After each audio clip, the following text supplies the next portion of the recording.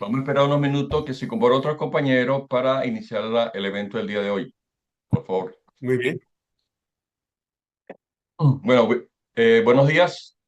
Bienvenido al Buenos Diplomado días. Historia de Venezuela y su porvenir, una iniciativa auspiciada por el Centro de Investigación Humanista y la Organización Con Venezuela, Chile. Antes de iniciar la ponencia, quisiera compartir con ustedes algunas consideraciones. Le agradezco, por favor, mantener su micrófono en silencio durante toda la sesión. Colocar su nombre completo. Se estima que este evento tendrá una duración de 2 horas. Esta sesión está siendo grabada y las participaciones serán por escrito a través del chat de Zoom. Luego tendremos 3 presentaciones. La primera de ellas a cargo de la doctora Dora Dávila. En segundo lugar tendremos al periodista Nabor Zambrano y en tercer lugar al doctor Jorge Ortiz. Bienvenido. Adelante, Luis Manuel. Gracias, don César. Gracias, don César. En nombre de Con Venezuela Chile y del equipo extraordinario que lidera Alexander José Maita López y Enders Andrea, así como del Centro de Investigación Humanista, presidido por Elías Avendaño desde Estados Unidos, por el respaldo intelectual de Numa Montes de Oca, desde Argentina, Rafael López desde Colombia y Jorge Carrión, quien dirige la Fundación Universidad Hispana desde el Perú, le damos la más cordial bienvenida. Agradecemos también la valiosa proyección internacional que cada una de nuestras actividades recibe gracias a la difusión desde la costa este de los Estados Unidos a través de la destacada labor de su presentadora, la doctora Carmen Cecilia Pérez, y quien les habla desde esta delgada y entrañable franja llamada Chile para el mundo. Les saluda con afecto y entusiasmo, invitándoles a sumar su corazón abierto a esta jornada de reflexión, identidad y construcción compartida. En la mañana de hoy nos sumergiremos en una jornada cargada de reflexión y sentido histórico, comenzando con las palabras de la doctora Dora Dávila, que nos hablará con hondura y sensibilidad sobre nuestra idiosincrasia afrodescendiente y caribeña, esa herencia vibrante que se manifiesta en el ritmo de nuestras costumbres, en la cadencia de nuestra habla y en el alma colectiva de nuestra gente. Continuaremos con Nabor Zambrano, que nos ofrecerá una visión entrañable y aguda de la venezolanidad cultural vista a través de sus ojos como periodista, testigo privilegiado de la historia, intérprete de sus matices y cronista de los momentos artísticos que han retratado a Venezuela con ternura y verdad. Cerraremos con una mirada rigurosa sobre la educación en nuestro país, desde su pilar fundamental, que es la estructura de nuestro porvenir y sobre la cual debemos alzar la mirada con esperanza y compromiso. Así pues que atentos estaremos a la construcción compartida de esta historia que más que contarse, la estamos viviendo y haciendo. Muchísimas gracias y bienvenidos a todos ustedes. Gracias, doctor Marcano, por sus espléndidas palabras. A continuación, tengo el honor de presentar a la autora Dávila con su ponencia Literatura, Historia y Afrodescendencia en Venezuela, Historia de un Concepto. La autora Dora Dávila posee una licenciatura en Historia por la Universidad Central de Venezuela, doctorado en Historia por el Centro de Estudio Histórico por el Colegio de México y un magíster en Literatura Latinoamericana en la Universidad Simón Bolívar. Actualmente se desempeña como profesora titular y también investigadora en el Instituto de Investigaciones Históricas de la Universidad Católica Andrés Bello. Con ustedes, la doctora Dávila.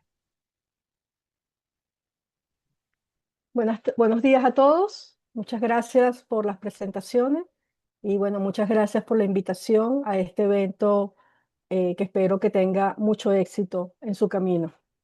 Yo tengo una presentación en la cual vamos a hablar un poco de la historia de Venezuela, desde la historia, como yo como historiadora, pero también desde algunos perfiles que es necesario que conozcamos, que tiene que ver con cómo se ha narrado, cómo se ha escrito y qué es lo que queremos en ese porvenir y en ese futuro. Yo les voy a hacer, voy a compartir una presentación y a partir de allí haremos la presentación, la reflexión sobre este tema que es tan sensible para nosotros en nuestro devenir como ciudadanía.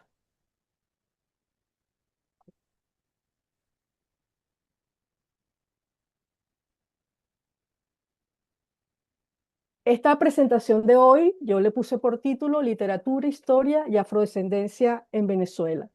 La idea es que sigamos la construcción de un concepto y cómo se ha venido adheriendo a lo que ha sido nuestra idiosincrasia como sociedad venezolana.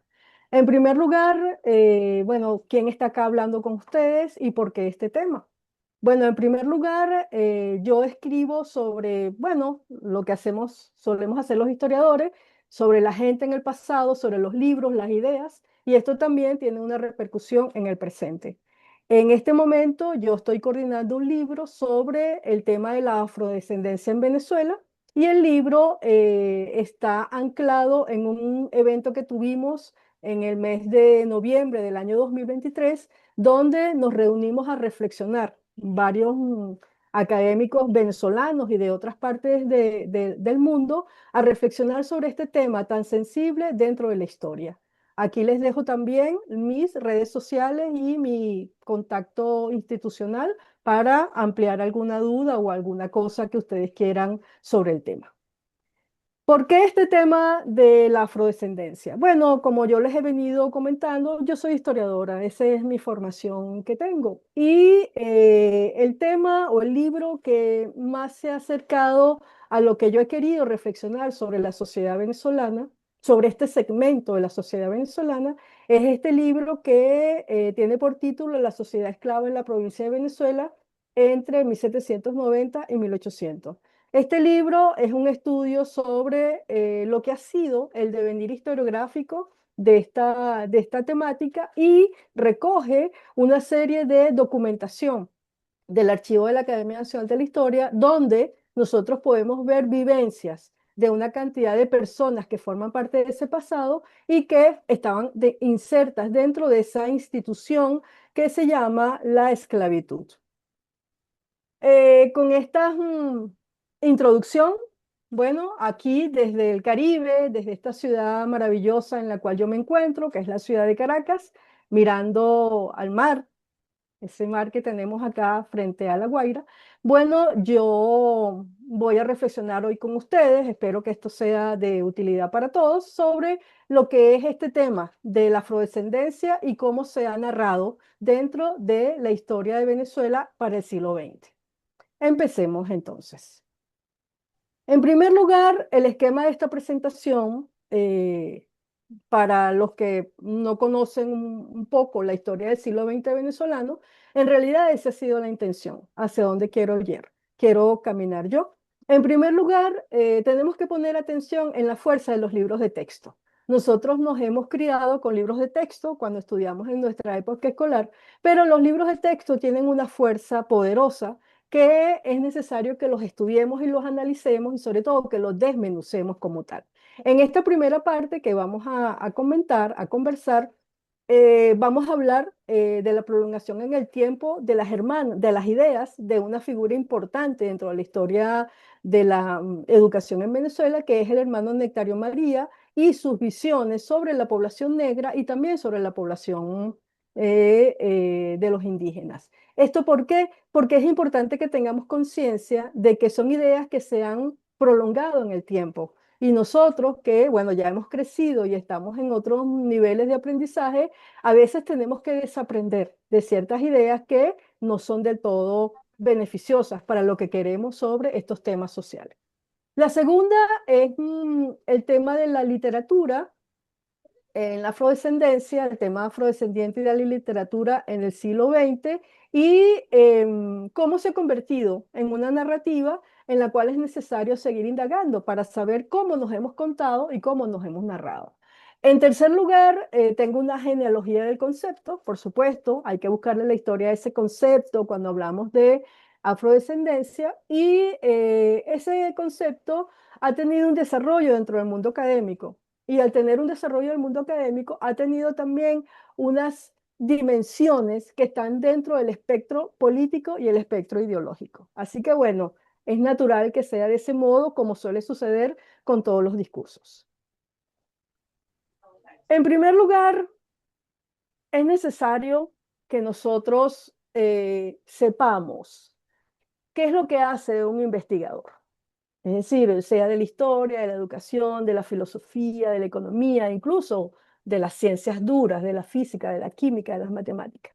Bueno, en primer lugar, duda. En segundo lugar, pregunta.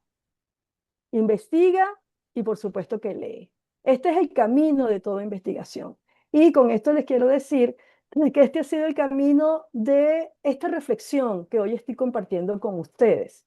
¿Y qué es lo que hace un investigador? ¿Hacia dónde va lo que se pregunta y las dudas que tiene? En el área de la historia, que es en la cual yo me he formado y he continuado fortaleciéndola desde otras formaciones, como por ejemplo en la literatura, es importante que tomemos en consideración que lo que hace un investigador siempre es recabar pruebas y explicar hechos. Eso que lo hacemos en el área de la historia es exactamente lo mismo que puede hacer un científico en el área de la química, de la física o de otra disciplina. Entonces, nuestro objetivo principalmente es recabar pruebas y esas pruebas necesitamos explicarlas, es decir, explicar los hechos y en el caso nuestro, por qué los hechos o por qué las circunstancias que conocemos sucedieron de este modo y están explicadas o están comprendidas o están asumidas de cierta manera. Eso es esencialmente lo que hacemos los historiadores. Ahora, con estos elementos básicos de lo que hacemos, que preguntamos y que interrogamos, la pregunta o las preguntas que siguen esta esencia de lo que nosotros hacemos es lo que tiene que ver con el por qué, el desde cuándo, el cómo y el dónde. Estas preguntas esenciales son las que guían toda investigación.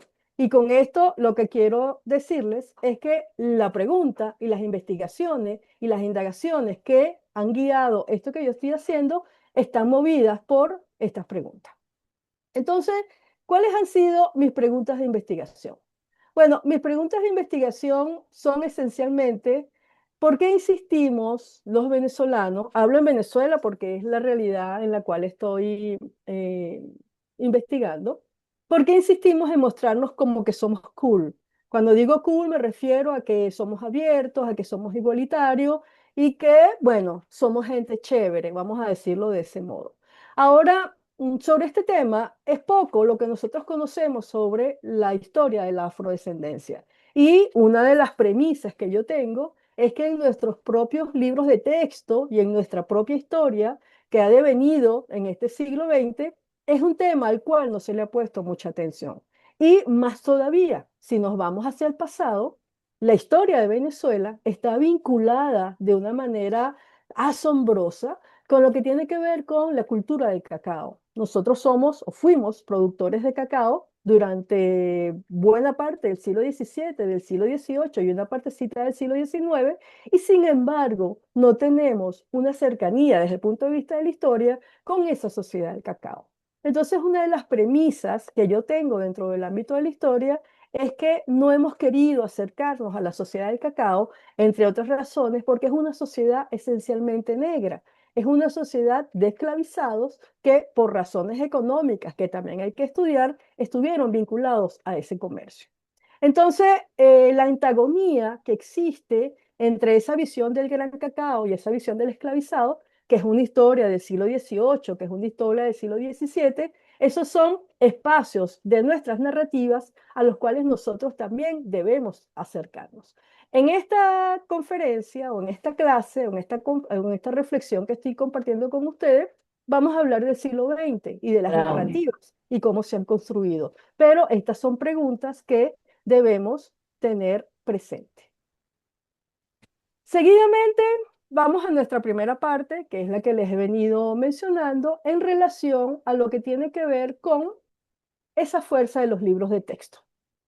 Nosotros hemos aprendido todos, porque es una tradición educativa, con libros de texto escolares. Cuando tenemos 6, 7, 8, 10, 12 años, los libros de texto constituyen una guía y una herramienta de aprendizaje. Pero los libros de texto cimentan ideas, fortalecen ideas sobre eso que hemos aprendido. Y ha llegado un momento en nuestra vida que tenemos que desaprender de ciertas ideas. Eso es un poco lo que sucede, por ejemplo, con la generación que se educó en la década de los 20, los 30, los 40 y los años 50 del siglo XX en Venezuela, con un texto tan importante como fue los textos de historia de Venezuela del hermano Nectario María. El hermano Nectario María publicó durante muchísimo tiempo una lista significativa de libros de texto en la cual se desbrozaron o se transmitieron ideas sobre esa Venezuela. Por ejemplo, uno de sus primeros libros es editado en 1926 y seguidamente buena parte de sus libros tuvieron ediciones por lo menos hasta 1955, es decir, hasta 20 ediciones de la historia de Venezuela. En esta historia de Venezuela, ¿qué se contaba? Bueno, se contaban muchas cosas, como suelen hacer los libros, pero en relación a los indígenas, por ejemplo, había una visión que mostraba a una visión del indígena americano en minusvalía, en ignorancia, en pequeñez, en idólatra, y con una serie de epítetos o una serie de descripciones humanas que en este momento del siglo XXI nosotros podríamos poner en revisión o deberíamos de poner en revisión.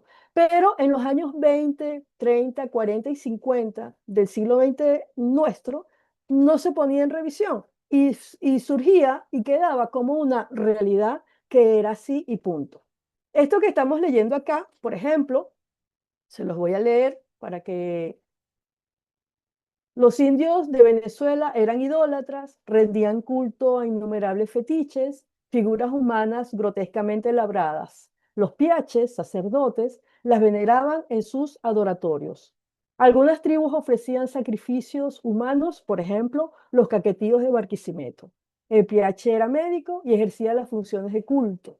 Al ser llamado para asistir a los enfermos, practicaba con uno de sus fetiches extravagantes y ridículas ceremonias que, según él, curaban al paciente. Los indios de Venezuela practicaban la poligamia, tuvieron una civilización atrasada, no han dejado ningún monumento digno de pasar a la posteridad. Esto fue una de sus apreciaciones en su primer libro de historia de Venezuela del año 1926. Estas apreciaciones en este momento tienen mucha revisión, pero también hay que tomar en consideración que este es el pensamiento histórico o de la perspectiva de la historia de esa parte del siglo XX que tiene una herencia que viene del siglo XIX. Es una idea de la historia europea, eurocéntrica, y en la cual el europeo llegó a América a civilizarnos porque nosotros éramos incivilizados. Esta visión de la historia que tiene el hermano Nectario María es una visión de la historia que ha sido revisada, por supuesto, y esos libros de texto se mantuvieron durante muchísimo tiempo, como lo estamos viendo, y esa visión que tenía sobre los indígenas y sobre los esclavizados se mantuvo durante muchísimo tiempo porque quedó cimentada en el inconsciente colectivo de muchos escolares que crecieron con estas ideas. Estas creencias o estas visiones o estas concepciones sobre las minorías sociales fueron consumidas por lectores de la época y sobre todo muchos escolares y se mantuvieron. Ahora, estas concesiones se van a prolongar durante todo el siglo XX y se van a mantener en un inconsciente colectivo. Ahora, lo más importante es que nosotros tenemos que considerar que figuras como Nectario María, que son longevos, él nace en 1888 y muere muy tarde, sus ideas forman parte de una idea de la historia del siglo XIX. Y esa visión que él tiene está anclada en lo que nosotros conocemos como la leyenda dorada. Y es la grandeza que tuvimos por parte de los españoles en habernos civilizado y haber creado instituciones para seguir adelante económicamente, como fue la institución de la esclavitud. Esta concepción, y aquí es donde quiero cerrar con este tema uno, tenemos que revisarlas y debemos desaprender de ellas. Esto es esencial. La segunda parte de nuestra presentación tiene que ver con lo que ya les había mostrado, que es decir, ¿qué sabemos nosotros de la literatura afrodescendiente de los años 40 y 50? Como bien sabemos, bueno, sabrán algunos que están dentro del ámbito o que conocen algo de la historia de Venezuela, que hay un periodo largo dentro de la historia de Venezuela que es la que llaman pues la dictadura de Juan Vicente Gómez, y esta dictadura duró muchísimo tiempo, en términos políticos y también en términos de mentalidad. Sin embargo, hubo vamos a llamar un grupo de esa sociedad venezolana que estaba en desacuerdo y se generó una ruptura política o una novedad de lo que debería de ser el movimiento político de esa Venezuela después de los años 40. Este movimiento de renovación es lo que se ha dado en llamar en la historiografía nuestra como el periodo de la democracia. Vamos a hacerlo así. Lo digo que con cuidado porque, como les acabo de decir, hay una mentalidad que todavía persiste y hay unas fuerzas de lucha entre lo que es esa democracia y lo que es ese periodo, vamos a llamarlo de visión política un poco más del siglo XIX. Ahora, hay un fenómeno muy interesante desde el punto de vista político que va a suceder en los años 40, y es que hay una renovación de los actores políticos que van a formar parte de una visión más liberal de lo que es la historia y lo que es la política como tal. Hay una renovación. Este movimiento, que va a tener mucha fuerza después de 1940, va a implicar una renovación dentro de la política. Y esta renovación dentro de la política va a significar unas nuevas formas de entender el movimiento político y sobre todo de entender los movimientos sociales y la inserción de distintos actores dentro de esos procesos sociales. Este movimiento que se llama el proceso de la democracia hacia los años 40 va a tener una influencia bien significativa dentro de lo que es la concepción de ese otro, de ese ser social, de esa sociedad eh, que debe formar parte de esos estratos diversos de lo que somos, y es justamente allí donde se van a dar estas renovaciones. Este proceso va a implicar la integración de muchas voces y el descubrimiento de otras, y de la negritud específicamente como una voz integrada dentro del movimiento político. Ahí vamos a ver entre los años 40 y los años 50 un fenómeno bien atractivo, y es la integración para pensar una nación desde otra visión política más novedosa y más nueva de escritores, pintores, poetas del momento, quienes se van a sumar a este proceso. Este cambio es bien interesante en la década de los 40 porque está sucediendo también en muchos otros lugares de América Latina, y es una renovación de lo que significa la participación política de esa ciudadanía y de esa nueva sociedad. En este periodo, ¿se acuerdan que yo les había dicho que los historiadores hablamos de pruebas? Bueno, en este periodo vamos a tener que la literatura negra y la de los negros en los años 40, ¿hasta qué punto nosotros la conocemos? Es decir, nosotros tenemos en nuestros haberes de conocimiento cercanía hacia literatura más allá de Doña Bárbara, por ejemplo, más allá de cierta novelística de la época que vamos a decir que es más canónica. Me atrevo a decir que conocemos poco.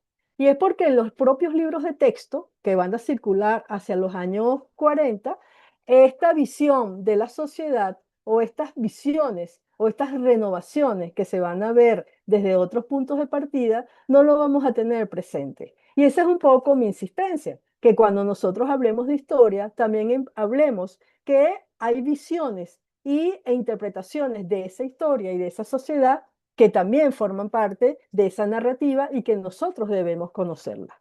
Ahora, además de Doña Bárbara, por ejemplo, vamos a tener entre los años 40 y los años 50, en realidad después de 1938, una pléyade de intelectuales venezolanos que se van a dedicar a reflejar temas nodales dentro de nuestra historia. Y uno de estos temas está vinculado justamente al tema de la negritud, al tema de la afrodescendencia y al tema de nuestras herencias del pasado. Es decir, que somos nosotros como sociedad, somos un cúmulo de identidades, de individuos y sobre todo de diversidad de muchos lugares que han venido. Entonces, entre esta narrativa que debemos nosotros rescatar en esta época, vamos a tener, por ejemplo, a un autor como es Guillermo Meneses, y Guillermo Meneses tiene una novela que se llama Canción de Negros.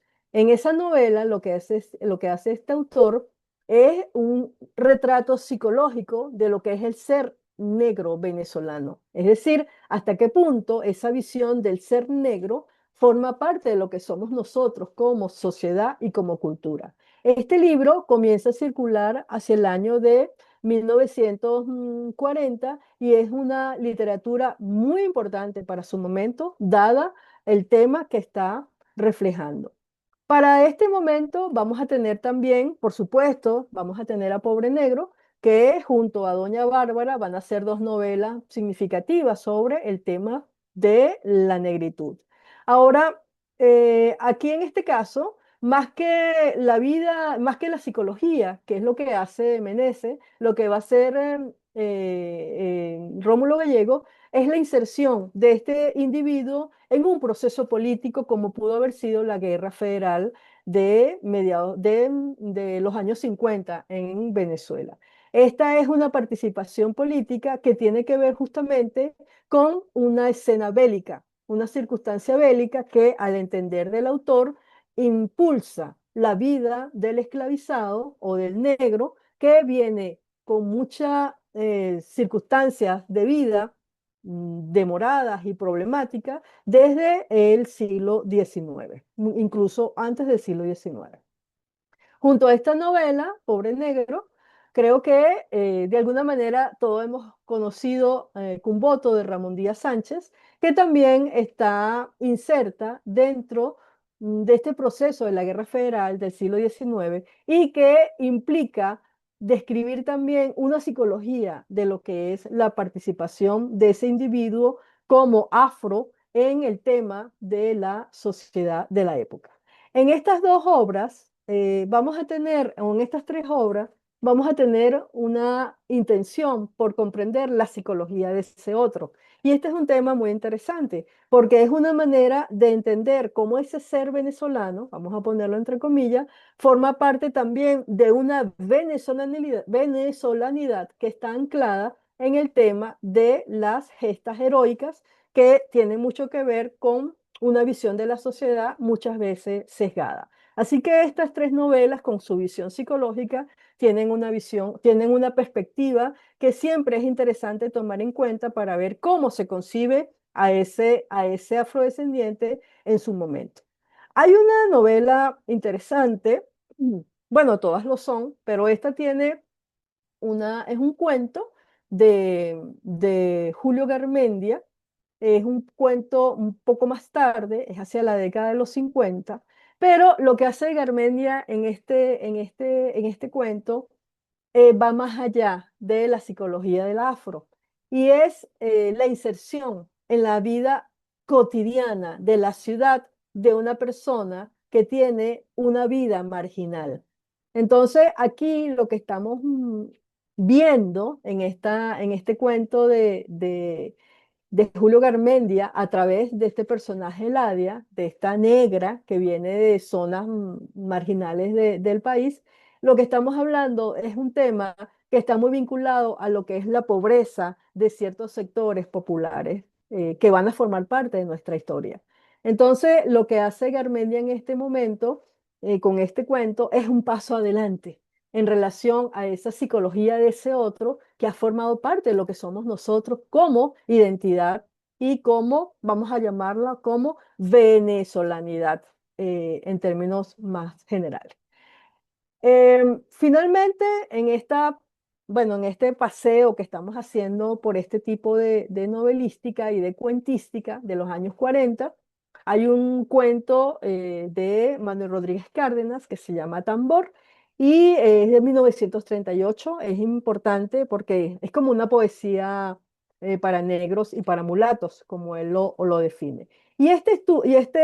Esta, vamos a decirle, esta expresión literaria está enmarcada en ese fenómeno que vamos a vivir en este país después de los años, entre los años 40, que es el de la renovación social, es decir, la inserción y la presencia de diversos sectores sociales que forman parte de esa integridad de lo que es la sociedad venezolana de su momento.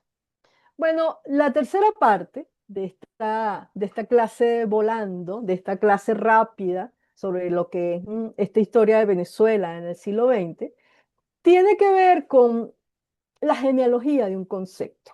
Es decir, cómo ha venido cambiando y cómo ha venido buscando espacio para situarse, no solamente el concepto, sino la idea misma de lo que es la negritud en una Venezuela que históricamente ha sido contada desde otros colores sociales.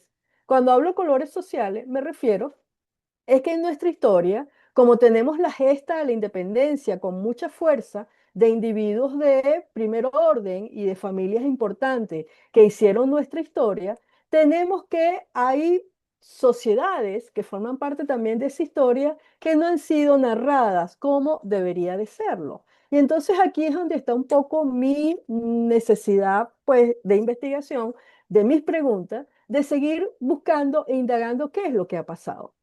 La historia de los libros de texto, ya después de la década de los 60, 70 y 80 y 90, pues es un estudio que está por hacerse. Pero si ponemos atención en ellos, vamos a ver cómo hay una necesidad por diversificar la historia de Venezuela con otros sectores sociales y dejar un poco esa historia oficial de la gesta emancipadora de grandes familias importantes que hicieron lo que somos, porque eran eso, grandes y casi que civilizadores. Es una visión que se está poniendo en revisión desde hace mucho tiempo. La última parte de esto ha sido, pues, el camino del concepto. Cuando hablamos de afrodescendencia, pues, ¿de qué estamos hablando? Es una prueba más dentro de esta investigación que estoy llevando a cabo sobre cómo pensamos o cómo se ha pensado la historia de Venezuela. Y en esta prueba es una suerte de recorrido de un concepto que tenemos sobre lo que ha sido la afrodescendencia en las últimas décadas y cómo forma parte de una historia que está por narrarse. En esta última sección hay dos acontecimientos que es importante tomar en consideración. El primero va a ser una tesis de licenciatura que se va a dar en la Escuela de Sociología y Antropología temprano, hacia finales de la década de los 50, y es un estudio que se va a hacer sobre Curiepe. Sorpresivamente, aunque no me lo crean, este es el primer estudio que se hace sobre comunidades afrodescendientes en Venezuela, elaborado por un sociólogo en la década de los 50. Entonces, la renovación de la inserción de sectores sociales dentro del discurso y la narrativa ha sido muy demorado en nuestra historia. Entonces, bueno, esa es una de las preguntas que yo me he venido haciendo, ¿por qué? Y pretendo darle respuestas.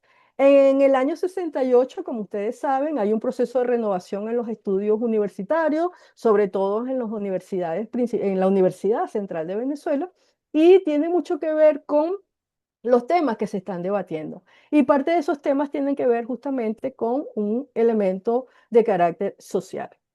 Hay un fenómeno interesante que se va a dar también en esta década de los 50, que acá no se los puse en ninguna lámina porque, bueno, todavía lo estoy procesando. Y es que cuando se crean estas escuelas, que es hacia la década, hacia el 52, 53, 54, estamos en un proceso nuevamente de dictadura. Entonces, este proceso político ha venido, digamos que, mirando o ajustando lo que son las renovaciones sociales que venían de la década de los 40, lo viene renovando o ajustando de acuerdo a su perspectiva. Y sin embargo, aunque no nos caiga bien la dictadura, en este periodo se van a dar unas renovaciones o unas renovaciones de carácter social dentro de estos estudios sociológicos y antropológicos. Y de hecho, este grupo de militares jóvenes van a crear una suerte de centros de investigación para el desarrollo de los estudios sociales en Venezuela. Y este estudio que estamos viendo de Alfredo Chacón actualmente es conocido pues como un poeta, pero originalmente su formación es en sociología y esta fue su tesis de licenciatura, que es la primera que se va a hacer en esta escuela de sociología en el año creo que es 1959 o 1950. Entonces, este estudio va a marcar la continuidad de un proceso de renovación social, de insertar temas sociales más vinculados a la afrovenezolanidad en esta década de los años 50 y hacia los 60. Bueno, ya para ir terminando, hay una última, eh, hay un último tema que está vinculado a este proceso y es la investigación que llevó a cabo esta profesora llamada Michelle Asensio. Michelle Asensio, entre la década de 1970 y 1980, desarrolló en la Escuela de Antropología por lo menos 20 tesis dedicadas al tema de la negritud en Venezuela y en otras partes. Y esas tesis de licenciatura forman parte de un acervo de cómo un tema marginal dentro de los estudios y las narrativas venezolanas ha ido tomando lugar y ha ido tomando posición como un tema más dentro de las narrativas de lo que es la historia nuestra, la historia de Venezuela. Finalmente, eh, hay un estudio que es, bueno, es el que estoy ahorita en proceso de consulta, que tiene algunos capítulos que son bien interesantes sobre esa genealogía de un concepto, como a lo largo de este periodo ha habido un desarrollo, vamos a decir que una secuencia de desarrollo de esta temática y que en esencia tienen los mismos intereses pues que tengo yo, y es buscar respuesta sobre temáticas que dentro de la historia de Venezuela no han sido tan tomadas en cuenta. Entonces, parte de mi objetivo en esta investigación es justamente darle espacio a estas temáticas que forman también parte de lo que somos nosotros como una historia quizá no narrada.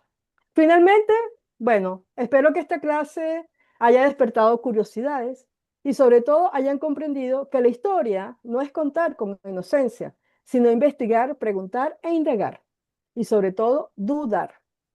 Lo que nosotros hacemos es buscar pues explicación a los hechos sucedidos en el pasado y lo más importante, el prejuicio es un enemigo que debemos dominar con educación. Muchas gracias. Muchísimas gracias, doctora Dávila. Interesante presentación, realmente información que algunos venezolanos desconocen, pero magnífico. Ahora vamos a continuar con el periodista Nabo Zambrano con su ponencia La cultura según Nabo Zambrano. Nabo Zambrano es un periodista, escritor y productor de programas de televisión. Ha sido autor de numerosos escritos que abordan temas culturales y sociales. Recibió el Premio Nacional de Periodismo en el año 2003 en la categoría Televisión. Con ustedes, el licenciado Nabo Zambrano.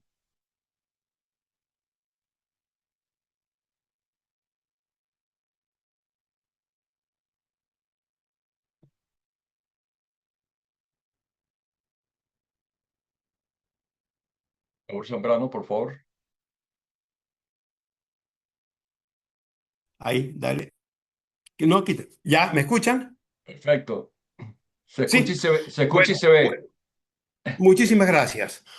Muy buenas tardes a todos, muchísimas gracias. Me siento profundamente honrado de esta invitación, las cuales espero no defraudar sus expectativas, sobre todo porque para mí es muy cara en el ánimo de mi vida, de mi existencia, la comunicación con Chile, puesto que yo amo ese país, porque viví 2 años ahí y 2 años que fueron muy importantes en mi vida y en la historia de Chile. Y luego, porque luego uno va aprendiendo cómo esa relación Chile-Venezuela ha sido extraordinaria a lo largo de la historia. Tenemos más cosas en común de las que uno pudiera imaginarse. Bueno, yo voy a comenzar de una manera un poco arbitraria y les ruego que me disculpen la jocosidad. José Ignacio Cabrujas, que es un referente obligado, escribió alguna vez en un texto que está en ese libro, El País según Cabrujas, y preguntaba, ¿qué es un venezolano? Entonces, pero antes decía, un francés para ser francés solo necesita ser francés. Un alemán para ser alemán solo necesita ser alemán. Un argentino para ser argentino solo necesita ser argentino. El venezolano para ser venezolano tiene que ser un poco argentino, un poco norteamericano, un poco venezolano, un poco chileno. Y de alguna forma eso explica un poco esa manera díscola de saltos de mata, de episodios, de gran cocido nacional que somos nosotros y que a veces nos ha costado mucho definirnos, pero a veces llegar a intentar esas definiciones ha resultado peligroso, como lo apunta la profesora Dora con su brillante intervención, y la felicito, porque es muy delicado, aquí tenemos temas muy sensibles y más ahora que estamos viviendo etapas de muchas redefiniciones y empiezan a aparecer, como decía Vargas Llosa, los fantasmas del pasado, los demonios que nos visitan y nos rondan la vida y nos quitan el sueño. Ibsen Martínez, notable escritor, guionista de cine y humorista, decía en uno de sus artículos que el venezolano es un panameño que se cree argentino. Bueno,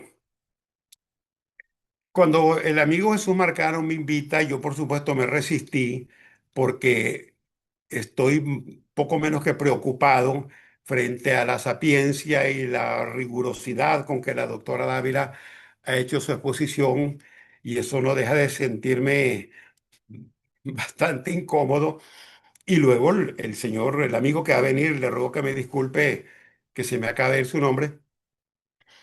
Yo lo que soy es un periodista y no soy un especialista. Sin embargo, uno tiene como esas conexiones a través del ejercicio de la prensa por haber entrevistado, compartido a las figuras más emblemáticas y más estelares de la vida venezolana y de alguna forma uno ha mordido algo, algo ha respirado, algo ha escuchado y de alguna forma eso soy un poco yo. Mira, un intento de definición, que repito, esa es una palabra muy inteligente, como la famosa palabra identidad. Cuando aquí se puso de moda en los años 70 la identidad y el que no tuviera identidad era un ser expatriado, no era digno de ser venezolano y aquello fue una especie de cacería de brujas moral que fue implacable, ¿no? Y se aplicó mucho en el mundo del arte. Yo partiendo por supuesto del reconocimiento histórico, impepinable, como decía Teodoro Pekov, inequívoco de las expresiones y formas culturales que ya habían en estas tierras, porque no se llamaba América, América empieza a llamarse América cuando Américo Vespucio, el primer topógrafo mundial, hizo la demarcación y así empezamos a llamarnos América. Pudimos habernos llamado Colombia, pero bueno, ese es otro punto. Y creo que la primera forma de expresión que hubo en términos de esas formaciones culturales que viene con el tiempo fue la literatura. Y yo creo que antes que la literatura fue el verbo. Y ya lo dijo Cristo, primero fue el verbo. Cuando se produce ese encuentro entre los españoles y nuestros indígenas, aborígenas, y tienen el primer problema de comunicación y cómo se dicen y cómo te llamo y cómo te pregunto y cómo te describe y quién te digo quién soy y quién me vas a decir quién eres. Y ahí viene un largo proceso de aprendizaje de idiomas de un lado y de otro.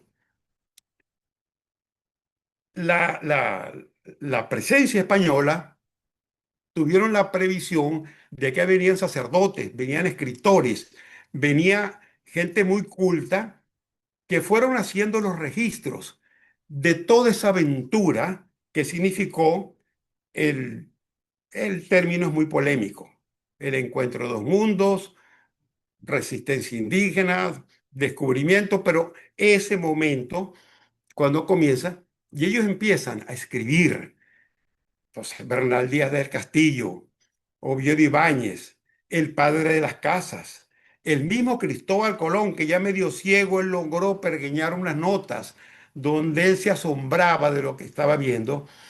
Esa podría ser la primera forma de expresión. Pero entonces viene la eterna pregunta. Eso yo lo comentaba mucho con Guillermo Morón. Y uno decía, pero esa literatura era americana. En primer lugar, era una literatura española porque fue escrita por españoles con la visión, con los prejuicios, con el mundo medieval del cual no se había despegado España. Y esa es la gente que nos va a descubrir en la palabra. Los grandes escritores, el padre de las casas, todo aquello que hoy tienen una gran vigencia. Pero ya es la literatura sobre el mundo nuevo y cómo ese nuevo mundo empieza a ser designado por aquellas personas a partir del humo que les da el tabaco y aquello los enloquece, cómo empezaron a delirar con las flores, cómo empezaron a enloquecer con este clima, con los atardeceres, con ese mar Caribe que Reverón inmortalizó y que enloqueció y sigue enloqueciendo a los visitantes. Entonces ya es una literatura americana, porque ya habla de nosotros, pero con la visión de ellos, porque viene toda la invención fantástica de culebras que caminan, seres sin cabeza, los de Guaypanoma, que por cierto ha inspirado toda una narrativa artística, sobre todo artistas contemporáneos que trabajan mucho en la instalación, sobre ese tema, y eso es maravilloso, y eso ha inspirado un cine un poco incipiente, pero que lo hay. Entonces, tendría que pasar un tiempo muy largo, esos 300 años de esa gran noche colonial. ¿Y qué es lo que se va formando? Obviamente, las artes plásticas, nuestra pintura, a partir de lo que traen los españoles, que son las figuras de los santos que después van a nombrar y van a designar y van a crear la nueva topografía venezolana. Cuando comienza aquí la mano esclava que empieza a pintar el arte anónimo, esa es la representación más importante que podemos tener, es la del pintor del Tocuyo. Pero hay, por supuesto, otras, pero esa es la que se me viene porque yo cometí el error, o no el error, yo soy así muy desordenado, muy informal de no haber hecho un trabajo serio como hizo la profesora Dávila, con placas y ese tipo de cosas, pero no tengo esa disciplina. Pero, pero hay una manifestación que hoy existe y afortunadamente ha habido gente en el país, coleccionistas, familias que datan de la época que se encargaron de cuidar, de proteger aquellas obras y que afortunadamente se salvaron de esa barbarie que fue la guerra de la independencia, de los saqueos, del terremoto de 1811, disculpa, es el famoso terremoto de Caracas, el de si la naturaleza se opone, 1812, y luego de esa locura delirante que fue la guerra federal, que fue uno de los traumas más grandes que ha vivido Venezuela, y yo creo que hoy pesa más en el inconsciente colectivo venezolano la guerra federal que la guerra de independencia. Sacando, por supuesto, el tema de la guerra a muerte, que como dijo hace poco Rafael Arraiz Luca presentando su libro Bolívar Triunfo y Ocaso, que se los recomiendo, acaba de salir, y le preguntan por el decreto de guerra-muerte. Y él dice, no, Bolívar está reaccionando frente a la salvajada de Monteverde. O es que Monteverde era era un niño de pecho. O es que Boves era seres demoníacos que hubieran hecho las cosas y como en efecto las hicieron. Todavía aquí se sigue recordando el piquirico, ese baile que hacía tocar Boves, sobre todo en Valencia, cuando citaba a la sociedad valenciana la noche que se aposentaba, que había dominado, que había triunfado, y ordenaban el piquirico, que era una canción, y ponía a bailar a la soldadesca, esos seres bárbaros, salvajes, con las valencianas, la de Valencia del Rey, y luego las mataba, y corría la sangre y las violaban. Bueno, la famosa expresión del indio Espinosa, cuando le dice a Zamora, después de la batalla de Santa Inés, le dice, general, marchemos sobre Caracas y matemos a todo blanco que sepa leer y escribir. Bueno, todavía eso está planeando. Hay una omnipresencia que lo tenemos ahí y que no la hemos podido desterrar. Y de alguna forma la literatura va a reflejar eso con el tiempo. Obviamente aquí tenemos un problema, que nuestra literatura no ha estado a la altura, y no es un reclamo, sino es una realidad de los acontecimientos históricos. A veces uno no sabe quién llega primero, pero no hay una advertencia. Podría citar el caso de Isaac Chocrón, que cuando escribe siete vacas gordas, siete vacas flacas, antes del Viernes Negro, en el 83, él preanuncia, él prevé, él advierte el desastre que iba a venir. De las pocas novelas donde eso se ha visto. Pero me estoy yendo demasiado adelante. Y en honor a la intervención de la doctora Dora, yo quisiera recordar un versito precioso de Andrés Eloy Blanco que dice, hay cosas que son de ley, que siempre terminan en fiasco. Mujer orinando en frasco y negro inscrito en copey. Bueno, eso da una idea de ese espíritu de aceptación, de un ascenso que se fue dando, pero que costó mucho y que con el tiempo no sé si lo hemos vencido o no, porque ahora con la terminología esto está muy complicado. A mí me gusta usar la expresión negro en el sentido amoroso de la palabra. Perdonen, yo me tengo que emocionar porque, porque el primer libro que yo leo que me acerca a la negritud y que me hace amar a esa población siendo yo andino es Cumboto. Y Ramón Díaz Sánchez nos ofrece esa visión tan amorosa, tan bella de lo que es el pueblo de Cata, de esa familia antigua y de cómo ocurre la historia que ocurre, por ejemplo. Pero volviendo un poco más atrás, ya teníamos, por ejemplo, ese esposo de esa literatura, que con el tiempo se va a manifestar y espera un largo tiempo hasta que don Andrés Bello escribe La Zona Tórrida, escribe el Manual de los Viajeros, y empiezan a darse aquellas manifestaciones, pero no olvidemos que eran países, era un país que estaba en guerra, y cuando hay guerra la gente no tiene tiempo de ocuparse. Ahí no había un Hemingway escribiendo, narrando la guerra civil española. Todos los mismos intelectuales fueron guerreros, pero uno piensa, por ejemplo, que un Juan Germán Rocio, que elabora la primera constitución de Venezuela.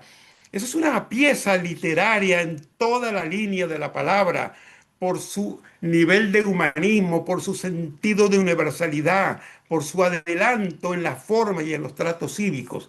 Pero claro, la gente va a decir, eso no es una novela, por supuesto que no es una novela.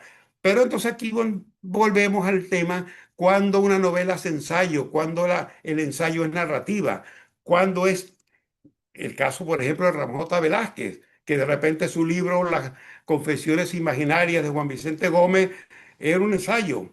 era un gran reportaje, fue una entrevista, es una novela o es historia, porque lo cierto es que al final tiene los componentes de todo un poco. Bueno, quizá yo me atrevería a decir muy a salto de mata, y les ruego que me disculpen, que quizás un poco la etapa de más reafirmación en la vida venezolana a nivel intelectual es más o menos a mediados del siglo XIX, cuando Arístides Rojas, Lisandro Alvarado, allá en el estado Lara, Samuel Darío Maldonado, el epónimo del liceo donde yo estudié en San Cristóbal, Fermín Toro, Udón Pérez, toda esa playa de hombres, Rafael María Barán, no sé si lo nombré, empiezan a pensar a Venezuela y hacen los primeros estudios indígenas. Por cierto, que es muy importante, Tosta García, por ejemplo, y ahí empieza a conformarse una franja del pensamiento venezolano que para fortuna nuestra, y a mí tampoco me gustan para nada las dictaduras, pero hay que reconocer que un Guzmán Blanco tuvo esa visión modernizadora y otros, por supuesto, pero también de comprensión de que el país se tenía que definir, que seguramente la traída de los restos de Bolívar a Caracas en el gobierno de José Antonio Páez y luego la intronización como esa figura omnipresente que siempre será más grande que todos nosotros porque el país necesitaba unos símbolos, necesitaba hacerse de una coraza ante la ciudadanía, ante el pueblo, y Guzmán, por supuesto, se metió en ese tren con la famosa acuñación de aquellas morocotas, el rostro de Bolívar por un lado y el rostro de Guzmán Blanco por el otro. Creo que eran los famosos pachanos, las morocotas pachanos. Bueno,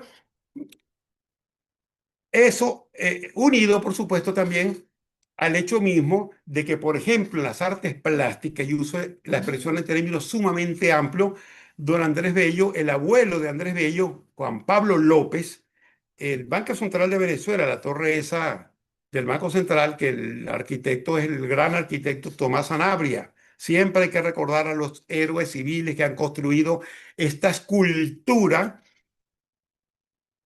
que es Caracas. Caracas es una escultura con sus grandes edificios y los arquitectos son también los escultores que la han crecido. Villanueva, eh, Sanabria, mm, Chatén, etcétera. Entonces, esa plaza se llama Juan Pablo López. Juan Pablo López fue un ebanista, fue esos artistas que de alguna forma también representaban esa continuidad frente a lo que Vale. significó la importación de España de los santos, de las reliquias, de la ebanistería, que fue conformando el mobiliario de los caraqueños. Bueno, pero después viene esa generación luminosa de los Cristóbal Rojas, de los Juan Lovera, de Mauri, de Michelena, que cabalga entre los dos siglos y muere prematuramente joven y es el hombre que le entrega la primera medalla a Venezuela en el Salón de París. Y era un artista figurativo. Y ya en París andaban ya volando hacia el impresionismo y volando al puntillismo, ya aquello era una carrera indetenible en la evolución de las artes. Y Michelena, sin embargo, se afinca en su punto de vista, y quizás afortunadamente eso fue bueno, porque ahí está la obra de Michelena imperecedera y está ese Miranda en la Carraca que sigue siendo según estudios que he pergeñado por ahí, que he leído por allí, la figura más emblemática que, que vive y pervive y sobrevive en el inconsciente venezolano. Bueno, podríamos agregar a ello también al hecho mismo del teatro. El Bolívar fue un protector del teatro y aquí en efecto venían las grandes compañías, las compañías europeas, traían la zarzuela, traían la ópera. Pero antes lo que había eran aquellos actos religiosos que eran sumamente, bueno, limitados al mundo de la religión. Se me olvida el nombre, eso tiene un nombre, pero no, ahorita no lo tengo a mano. ¿Y cuánto tardó Venezuela en llegar a tener su propia voz teatral, su propia voz dramática. Está la famosa anécdota aquella de que Páez, él tocaba violín, componía, le gustaba el teatro y hacía obras de teatro montadas por Shakespeare, de William Shakespeare, perdón, montadas por él con el presidente Sublet. Y parece que en una de esas Yago era Sublet y lo pintaron de negro con hollín. Y la famosa aquella anécdota del comediante apellido algo así como Logroño que llega a Caracas y la censura lee la obra que va a presentar y le dicen al presidente Sublé, presidente, este hombre se está burlando de usted. Sublé manda llamar al actor y le dice, quiero que me lea la obra. El hombre le lee la obra y Carlos Sublé, que era un hombre muy ecuánime, era un hombre bueno, le dice, el problema no está en que los comediantes se burlen del presidente, el problema está cuando los presidentes se burlan de sus ciudadanos. Monte la obra. Y ese podría ser, en una antología de un estudio de la censura, el primer caso donde la censura, donde el arte le gana a la censura. En el siglo XIX, salvo una o dos obras que nadie ha podido leer de teatro, que nadie las llegó a montar, hubo que esperar al siglo XX. Pero aquí lo que se hacía en principio, hasta los años 40, y eso es una creación venezolana, eran los sainetes. Y era ese sainete que era una estructura dramática más de comedia, más jocosa, por el problema de la censura. No, Leoncio Martínez, Jopín, Rafael Guinán, que hicieron aquellas obras muy de aspecto coloquial, familiar, muy del mundo de la parroquia, pero que avisoraban una Venezuela que venía, como aquella obra, Yo también soy candidato de Rafael Guinán, y decían, ese es el problema de la bendita democracia. Eran aquellos tiempos de la época pre-gallegos y aquella época tan sabrosa. Sin embargo, como este es un país de grandes vacíos, muchos de esos vacíos tuvieron que ser llenados por gente que no debería haberse ocupado de eso. No habían dramaturgos, pero Rómulo Gallegos escribe teatro porque alguien tenía que hacerlo.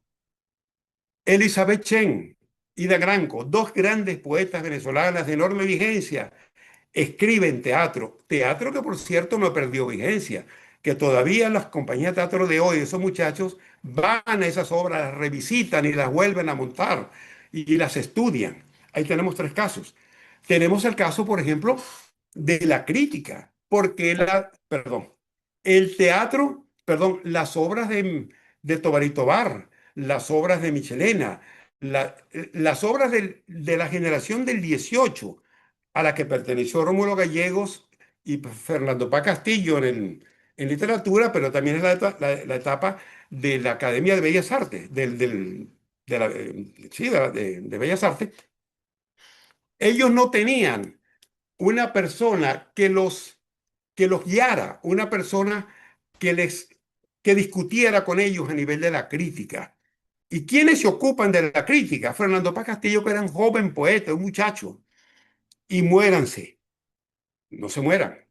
José Gregorio Hernández. José Gregorio Hernández, que a pesar de ser un médico eminente con una formación multidisciplinaria que hablaba idiomas, era un hombre que tenía la suficiente cultura y mentalidad para ocuparse del arte. Pero también Alfredo Bulto se dedica en los años 40, a la misma época en que Juan Rulfo está registrando el México que después se va a volcar en Pedro Páramo. Y Edgar Weston está en México, el gran fotógrafo norteamericano con Tina Modotti, registrando ese México de la Revolución. Alfredo Bulton está fotografiando la Venezuela rural, lo mismo que Alfredo Armas Alfonso, y lo mismo que nuestro antropólogo, ay por Dios, se me acaba de ir, eh, perdonen, ese antropólogo lo tenía en la memoria porque se lo quería recordar a la doctora Dora. Él estudió el tema de la negritud y tiene estudios muy buenos y muy bellos donde él habla de eso y esos son temas sobre los que hay que volver. Entonces, de alguna forma hemos tenido gente que ha tenido que ocuparse. El mismo Jular Pietri escribe teatro y él me lo dijo en alguna entrevista, porque es que aquí no había teatro. Las primeras obras de Román Chalbaud tuvo que dirigirlas él mismo. Las primeras obras de César Rengifo, que es quizá un poco el pionero de los dramaturgos venezolanos, tenía que dirigirlas porque aquí no había quien dirigiera. Y hubo que esperar a que llegaran los Alberto de Paz y Mateos, que venía de México, pero venía de la Guerra Civil Española. De Chile, Miguel Miguel Acosta de Chile Sainz. viene, per- Miguel Acosta Sáenz, sí. Miguel Acosta Sáenz, muchísimas gracias.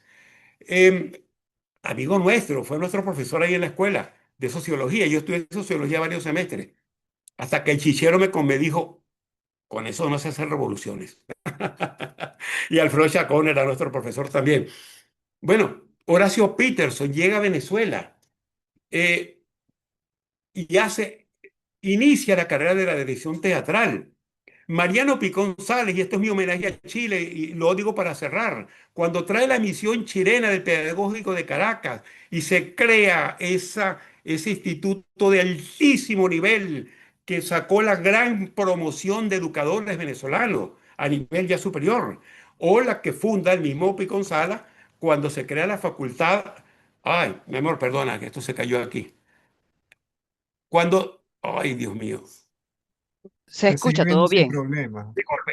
Cuando se funda la Facultad de Educaciones la Facultad de Humanidades de la Universidad Central de Venezuela, y ahí hubo una camada de chilenos extraordinaria. Pero luego nos vamos un poco más atrás. Y el primer maestro, por decir la forma, el primer gran instructor del ejército venezolano, es el general, después fue general, pero antes que llegó aquí como teniente, Mayil, el abuelo de María de las Casas, aquella mujer tan bella que tuvimos en Venezuela.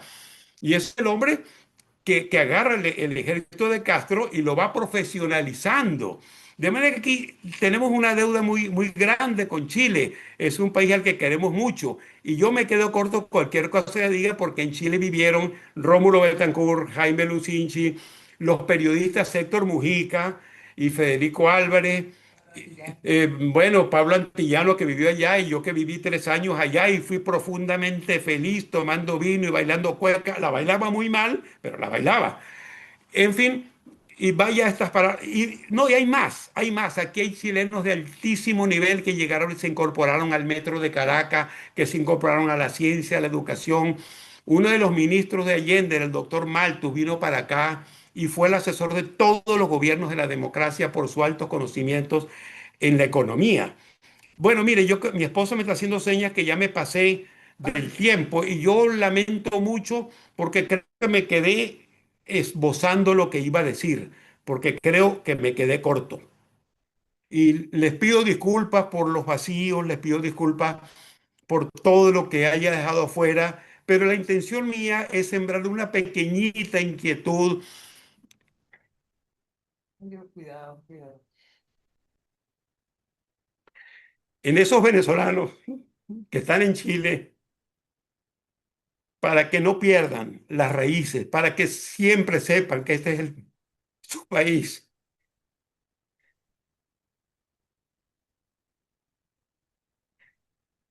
y que este es un país grande, este es un país extraordinario y que los espera. Pero amen ese país. Tienen que devolverle a ese país la hospitalidad que les dio. Bueno, no puedo seguir. Eh, Muchas gracias, licenciado Zambrano. Realmente muy emotivo, muy amena y agradable su exposición. De verdad que estamos muy agradecidos. Eh, Muchísimas gracias, de verdad. También me emocionó su palabra. Bueno, vamos a continuar ahora con nuestro tercer expositor, el doctor Jorge Ortiz. Nos pondrá el tema de la educación en la cultura del venezolano. El Buenos doctor, días. Jorge Ortiz es profesor de educación industrial por la Universidad Pedagógica Experimental Libertador, máster en gerencia educacional por la Universidad Yacambú, doctor en ciencia de la educación por la Universidad Santa María, doctorado en gerencia por la Universidad Yacambú y coordinador del doctorado en gerencia de la Universidad Yacambú. Con ustedes, el doctor Jorge Ortiz. Buenos días.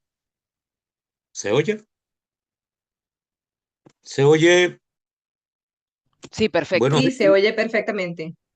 Ok. Bien. Buenos días. Buenos días. Quiero iniciar esta intervención felicitando a los dos expositores que me precedieron, a la doctora Dora Dávila, una excelente ponencia que nos permite comprender mucha de la manipulación de la que hemos sido objeto en estos últimos 25 años. Y de verdad crea inquietudes que permiten seguir ahondando en el tema que resulta sumamente interesante. Muchas gracias, doctora Dora.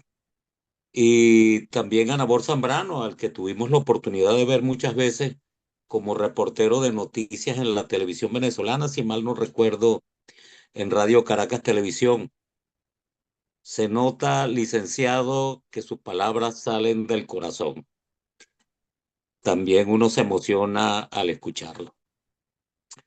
Y bueno, también quiero agradecer a los organizadores y los coordinadores de este diplomado, muy especialmente a mi amigo el doctor Luis Manuel Marcano, por abrir esta oportunidad para compartir algunas ideas y algunas inquietudes sobre el tema que me toca, sobre la cultura y la educación en Venezuela. Bien, ese término cultura viene del cultivo de la tierra, aplicaba a la agricultura. Sin embargo, en el siglo XVIII la Ilustración lo asimiló a el cultivo del espíritu, del intelecto. Y yo no resisto la tentación de definir la cultura en sentido etnográfico, porque como investigador tuve la oportunidad de desarrollar unos cuantos trabajos con los procedimientos, con los métodos que nos ofrece la etnografía. Entonces, pudiéramos decir que la cultura es un cuerpo, es un sistema conformado por conocimientos, por actitudes, por conductas, por creencias y valores, digamos que por creencias en general y por los valores que a mi modo de ver son también creencias prescriptivas, son creencias que nos encausan por un determinado tipo de comportamiento. Ejemplo, si para nosotros la solidaridad es un valor, tenemos que comportarnos solidariamente. Si para nosotros la honestidad es un valor, deberíamos comportarnos honestamente. Eso también forma parte de la cultura.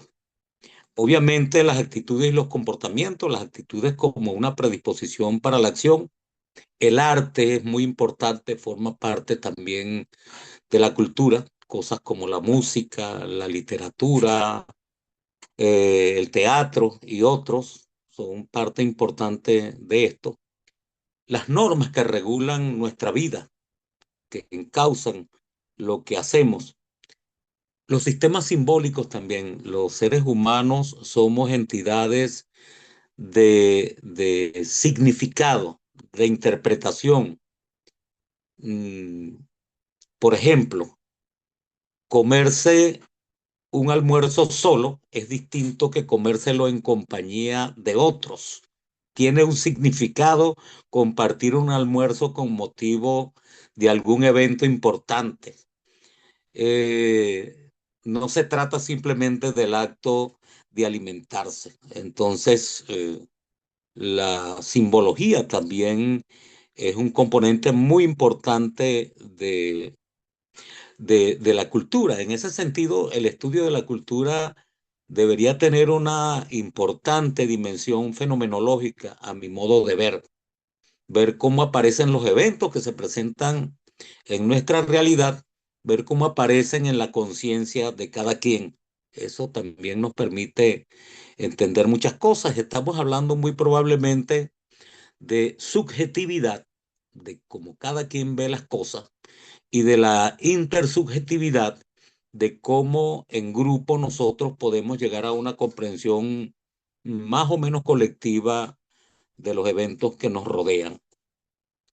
También el lenguaje forma parte muy importante de la cultura, porque el lenguaje nos permite compartir eh, e intercambiar ideas y pensamientos.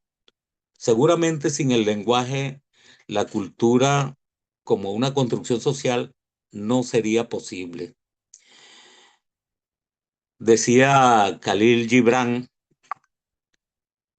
un escritor libanés por el cual guardo una gran admiración, el pensamiento es como una jaula, es como un pájaro que encerrado en una jaula de palabras puede abrir sus alas, pero no puede volar. Sin las palabras, el pensamiento se quedaría guardado y no se podría compartir. Entonces, el lenguaje es un componente muy importante para hacer cultura. Y finalmente la tecnología, que es el conocimiento que da lugar a los medios mediante los cuales nosotros abordamos los procesos productivos. Todos estos son elementos que yo diría que cuando uno hace una investigación etnográfica en una determinada comunidad, deben ser objeto de revisión. Y obviamente la cultura se produce en la interacción social, eso que Vygotsky llamaba el aprendizaje social. Nosotros hacemos cultura cuando convivimos con nuestros semejantes, en nuestras comunidades próximas, en nuestras familias, en nuestro vecindario, pero también en territorios más amplios como nuestro municipio, nuestro estado, nuestro país. Y la cultura puede ser el resultado de procesos espontáneos, de procesos silvestres, pero esa de verdad no es la cultura que ahora como tema nos interesa. A nosotros nos interesa la cultura que se construye de forma intencional, de ser posible de forma planificada, con unas metas, con unos objetivos, la disposición de unos recursos y un largo etcétera. Entonces, digamos que la cultura, en el sentido que la entendemos ahora, está motorizada por la educación. Y yo creo que siempre lo he manifestado, la educación tiene un sentido estratégico. Y antes de iniciar esta parte, quisiera apelar a un pensamiento de Alvin Toffler. Alvin Toffler decía, debemos pensar en las cosas grandes mientras hacemos las pequeñas. De esa forma, los detalles van en la dirección correcta. ¿Por qué apelo a esta cita de Alvin Toffler? Porque ciertamente la educación se desarrolla en los espacios pedagógicos. En nuestro caso, en las escuelas, en las universidades, se desarrolla en las aulas, fundamentalmente, pero también en los laboratorios. Yo que soy profesor de educación industrial y que me dediqué buena parte de mi vida profesional a formar para el trabajo, también en la finca de las escuelas agropecuarias, en los talleres de las escuelas industriales y en los laboratorios de las escuelas comerciales. Allí es donde ocurre el acto educativo.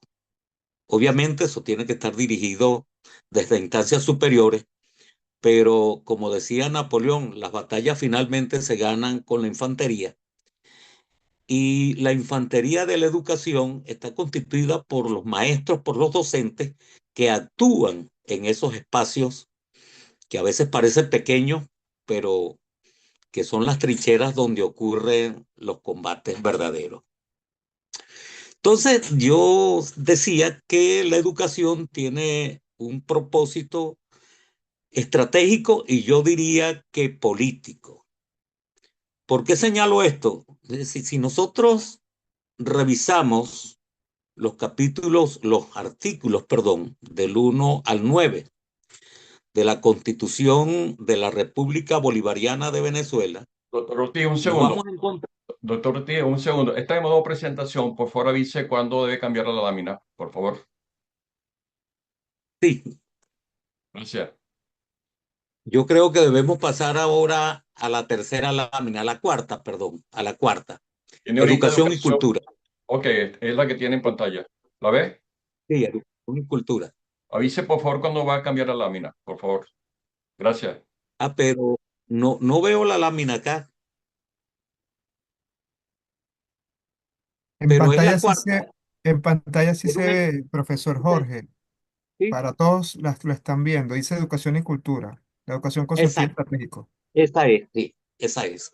Entonces, decía, ¿no? Que la educación que nosotros necesitamos para construir esa cultura que queremos tiene un sentido estratégico y un sentido político. Decía que si nosotros revisamos la Constitución del 99, la Constitución de la República Bolivariana de Venezuela, en los artículos 1 al 9 nos vamos a encontrar con la definición de un modelo de país y de sociedad. Y yo quisiera leer, aunque fuera un pedacito de dos de los artículos que están allí, del artículo 2 primeramente.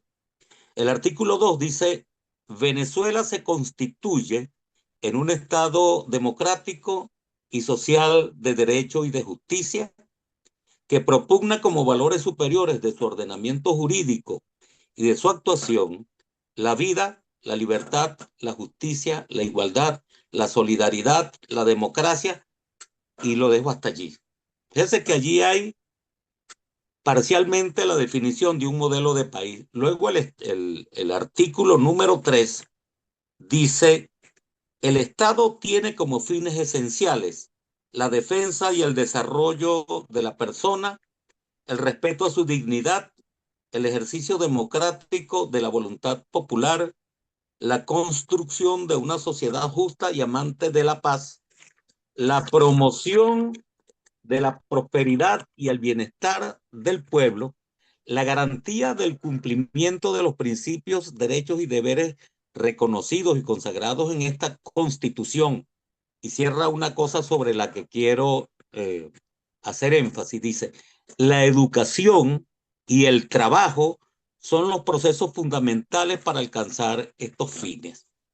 De manera que nosotros que queremos construir una cultura, la queremos construir para apuntalar este modelo de país que nos describe la Constitución. Pero yo quisiera ir más allá, porque enlazado con este modelo de país que se define en la Constitución, está lo que señala la Ley Orgánica de Educación, porque si bien es cierto que la Constitución define un modelo de sociedad y de país, la Ley Orgánica de Educación define el modelo de ciudadano que va a posibilitar ese modelo de sociedad y de país. Fíjense que ya en una ley que ya está derogada, pero que yo creo que es importante leer, aunque sea un fragmento, la Ley Orgánica de 1980 señalaba en su artículo número 3, leo, dice, la educación tiene como finalidad fundamental el pleno desarrollo de la personalidad y el logro de un hombre sano, culto, crítico y apto para convivir en una sociedad democrática, justa y libre, basada en la familia como célula fundamental. Sí, se define allí el modelo de ciudadano que haría posible la sociedad y el país que se describen en la Constitución. Pero más adelante, la Ley Orgánica de 1999, la Ley Orgánica de Educación, también define un modelo de ciudadano que contiene unos términos que yo creo que de verdad están hechos para la manipulación. Yo creo que esa es una ley orgánica de educación que no está mal, pero que utiliza términos como liberador y no sé cuántas cosas más, que han servido también para la manipulación política. Por ejemplo, en el artículo 15 de esta ley orgánica del 99, dice, la presente ley tiene como fines desarrollar el potencial creativo de cada ser humano para el pleno ejercicio de su personalidad y ciudadanía. El numeral 2 dice desarrollar una nueva cultura política fundamentada en la participación protagónica y el fortalecimiento del poder popular. El numeral 6 dice formar en, por y para el trabajo social y agrega el término liberador, que creo que se presta para otras cosas. Y el numeral 8 dice desarrollar la capacidad de abstracción y el pensamiento crítico. Yo creo que todos estos son elementos que, como decía, se orientan a la promoción, ¿no?, de la formación de un ciudadano como el que se requiere para hacer posible ese modelo de país y sociedad al que hacíamos mención. Ahora bien, no es cualquier educación la que se requiere para poder promover el tipo de cultura que necesitamos para alcanzar al país que tenemos en mente, que queremos. Yo creo que mucha gente está comprometida con esto. Yo creo que sabemos lo que tenemos que hacer en materia educativa. Y por eso traigo a colación esto que está aquí. Por favor, la siguiente lámina, la última. Yo creo que decía que no es cualquier educación la que requerimos. Tiene que ser una educación de calidad, la que se necesita para promover esa cultura que haga del país la nación desarrollada a la que aspiramos, y de esos ciudadanos, unos ciudadanos como los describe tanto la ley del 80 como la ley del 99. Entonces, necesitamos una educación de calidad, decíamos, y nosotros hemos oído hablar, pero mucho, de calidad educativa, pero en general el término se vuelve ambiguo. Nadie o muy poca gente nos señala cuáles son los indicadores que tenemos que apreciar para poder valorar si esa calidad que pregonamos se está logrando o no. Entonces, por eso traigo a colación estos 6 indicadores que me parecen importantes. Lo primero que tiene que lograr una educación de calidad es el aprendizaje significativo, el aprendizaje que se queda en la conciencia del que aprende. Y estamos hablando de que ese aprendizaje debe ser evaluado. Decíamos que el fin de la educación se consigue en las aulas, en los talleres, en los laboratorios, y es el profesor, sus alumnos, y si es posible los padres y representantes, dependiendo del nivel educativo del que se trate, quienes tienen que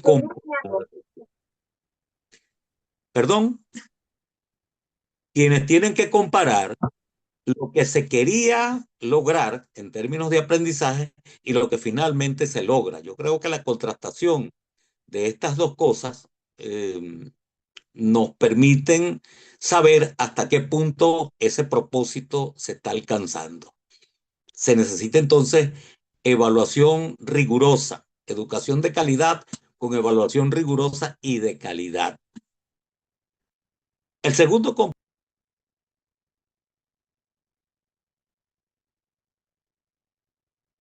Jorge, estás en silencio, por favor.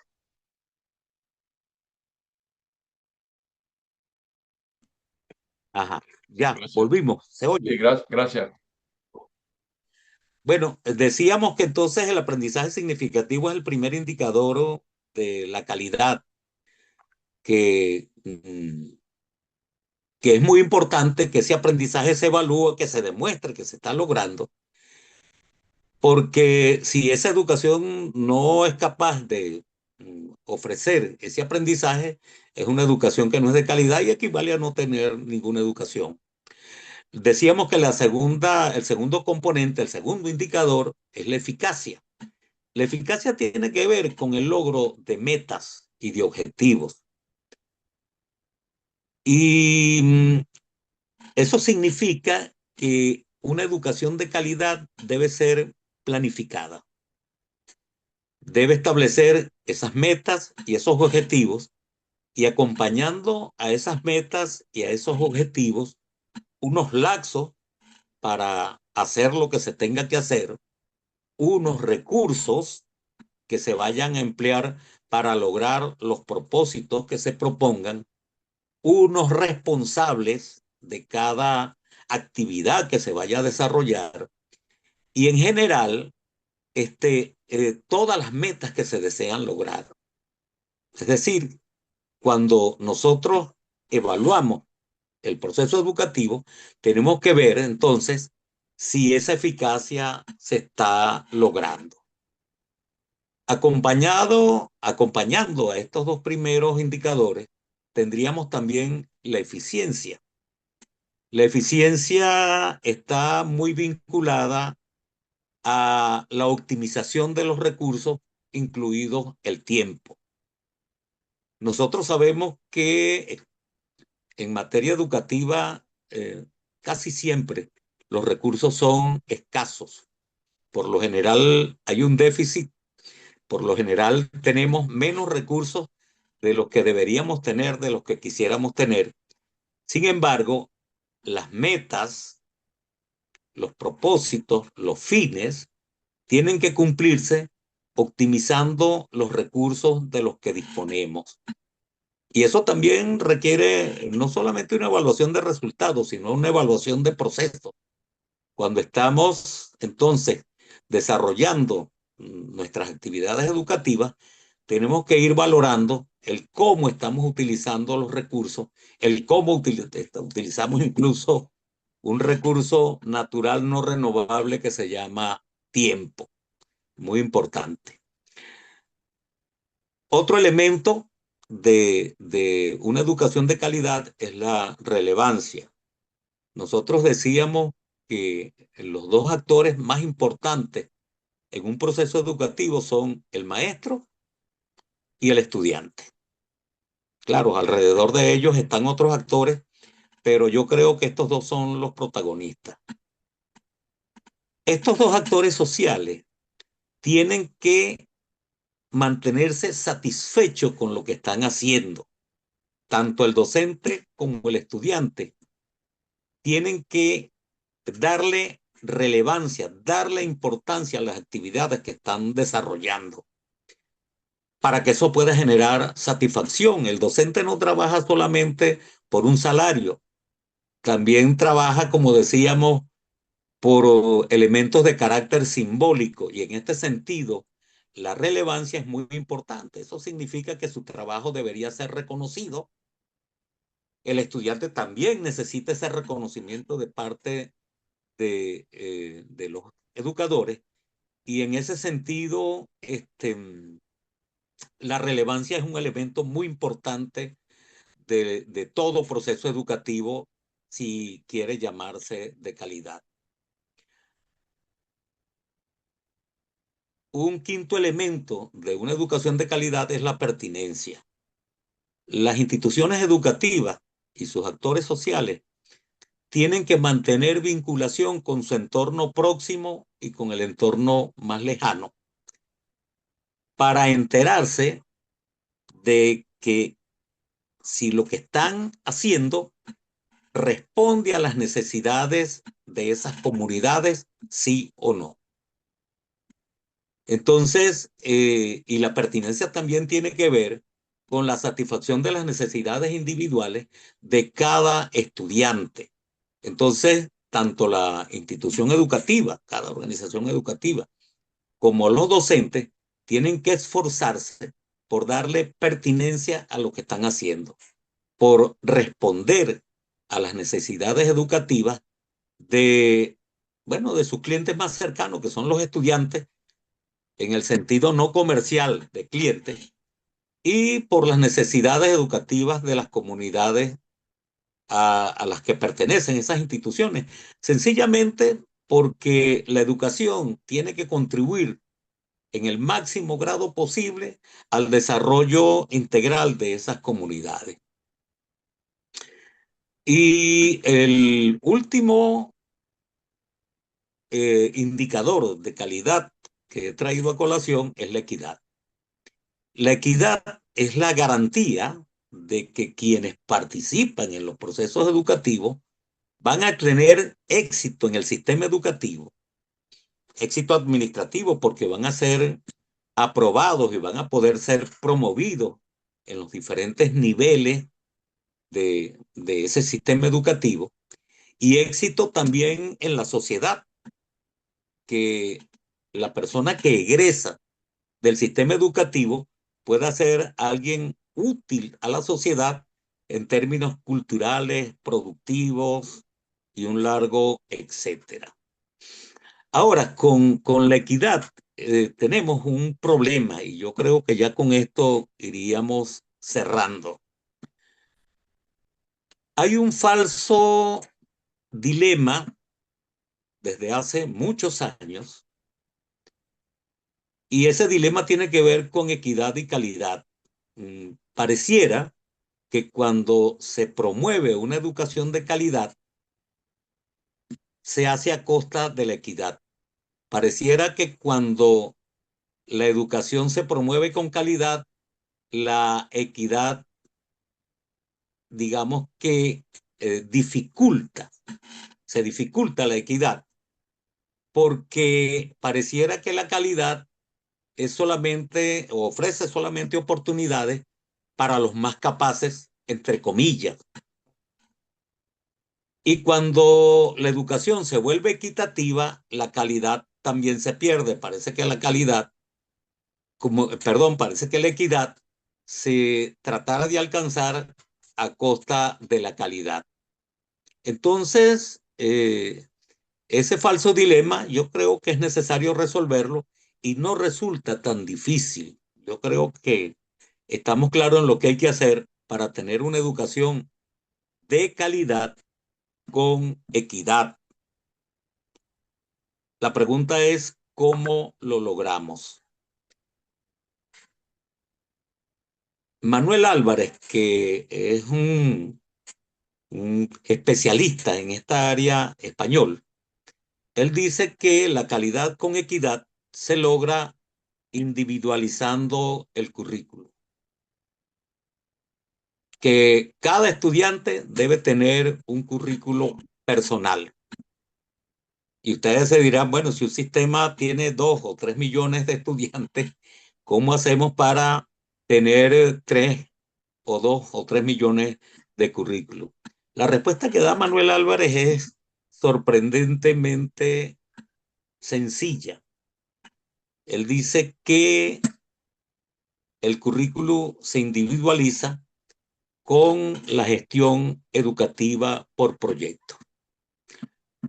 ¿Qué es un proyecto? Bueno, un proyecto es un plan de trabajo mediante el cual nosotros vamos a resolver un problema o a aprovechar una oportunidad que nos ofrece el entorno. ¿Qué significa gestión pedagógica por proyecto? Que nosotros identificamos un proyecto, identificamos una oportunidad o un problema y proponemos un plan para resolverlo. Ese plan, obviamente, como ya lo decía, debe tener unos objetivos, unos lapsos de tiempo, unos recursos disponibles, unos responsables y en nuestro caso, muy necesario, unos procedimientos de evaluación. Cuando ese proyecto se comienza a desarrollar, los estudiantes tienen que desarrollar procesos de aprendizaje que necesitan, ¿qué es lo primero que se requiere para resolver el problema? Conocimiento del tema. Si mi problema es un problema ecológico o es un problema agrícola, yo tengo que ir a buscar apoyo conceptual para poder comprender el problema que estoy enfrentando y para poder comprender las soluciones que debo buscar. Entonces, el conocimiento es sumamente importante en el desarrollo de la gestión educativa por proyecto. Ahora, ese conocimiento no debe quedarse simplemente allí. Doctora Ortiz, le quedan 2 minutos, por favor. Sí, cómo no, ya. Estamos terminando. Ese conocimiento tiene que poderse aplicar y entonces no basta solamente con aprender, sino aprender, sino que también se necesita aprender a hacer, es decir, la aplicación de ese conocimiento. Y luego estarían las actitudes y los valores que se necesitan para resolver el proyecto. Seguramente que el desarrollo de un proyecto necesita actitudes y valores como la cooperación, la solidaridad, el respeto y un largo etcétera.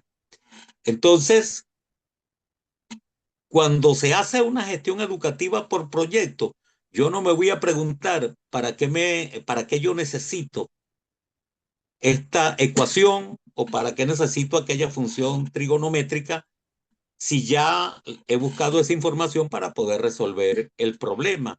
De tal manera que cuando yo estoy buscando esos conocimientos, cuando estoy desarrollando esas habilidades y destrezas, cuando estoy poniendo en práctica esos valores y esas actitudes, estoy alcanzando el aprendizaje significativo que colocábamos en primer lugar en lo que es una educación de calidad.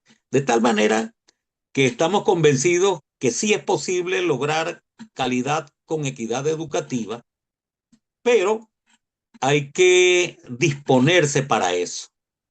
Esto es lo que les traía. Espero que les sea de utilidad. Y bueno, muchas gracias por la oportunidad. Muchas gracias, doctor Ortiz. Interesante tema, de verdad, eh, muy importante. Vamos a dar inicio al periodo de preguntas. A continuación daremos inicio al periodo de preguntas, el cual se va a desarrollar a través del chat de Zoom. Las intervenciones serán leídas y agrupadas para ser respondidas por sus ponentes. Para esta dinámica contamos con el valioso apoyo de Marisabel Rodríguez y María Cedillo. Voy a leer 2 preguntas, ¿verdad? 2 participaciones para efecto de tenerlo en cuenta. Le agradezco a los ponentes, por favor, no alargarse tanto en la respuesta de forma tal de dar lectura a otras participaciones. Aquí, Ransen Vargas, doctora Dávila, si bien es cierto que la negritud fue una temática que separó en gran medida la sociedad venezolana de los siglos XIX y XX, reconociendo la herencia europea y el racismo que conlleva, ¿considera usted que existe endorarismo o racismo interno en la Venezuela actual? ¿Acaso nos queda todavía por superar el proceso de mestizaje que da el génesis de nuestra nacionalidad? Y la segunda pregunta es Francisco Pérez. ¿Podríamos hablar de una afrodescendencia venezolana? El mestizaje fue profundamente amplio y algunas zonas del país fue netamente amerindio. Hay una visión a veces centralista de la historia venezolana. El doctor Bernardo Singer, miembro de la Academia de Historia de Estado de Táchira, junto al presidente actual de dicha academia, el doctor José Antonio Pulido, tiene una investigación profunda e interesante sobre el tema. Adelante, doctora Dávila.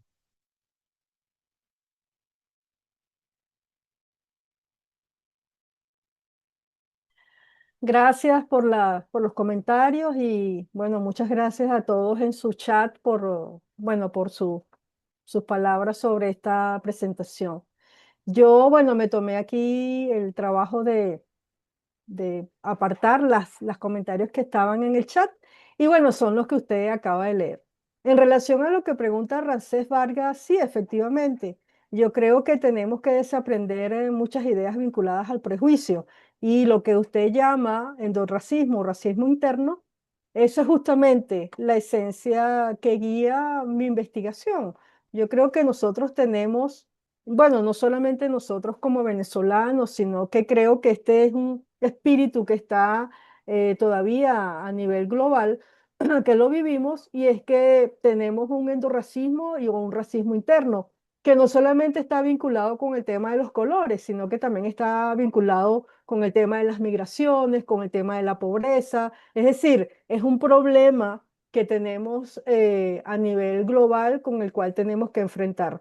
Lo que yo he planteado acá es algo que está pequeño, que desde el punto de vista de la historia yo lo he identificado y que efectivamente tenemos que poner atención porque en esencia, cuando rechazamos al otro, estamos hablando de un prejuicio y estamos también en una situación de no ponernos en el lugar del otro. Así que en este sentido, la resiliencia es muy importante, sobre todo cuando hablamos de tanta desigualdad que existe en términos de muchos aspectos, como mencionaba hace un momento el profesor. En cuanto a lo que mencionaba Francisco Pérez, él decía eh, que este problema que tenemos en relación a lo que es esa definición desde el punto de vista de las narrativas de la historia, tenemos un serio problema con el mestizaje. Tenemos un serio problema cuando hablamos también de los amerindios y esto se centra mucho en esas visiones que tenemos de una historia dominada principalmente por una visión oficial. Es decir, la historia oficial tiene un objetivo y es compartir algunas formas de entender de manera sencilla unas visiones de la historia. Pero esa historia oficial también tiene unos problemas serios. Es que llega un momento en que se vuelve primero muy central en regiones principales, en regiones centrales, y también es una historia que, cuidado, tiene muchas veces esa visión de contar desde la visión de los vencidos, que en este caso tiene mucho que ver con una historia desde lo blanco.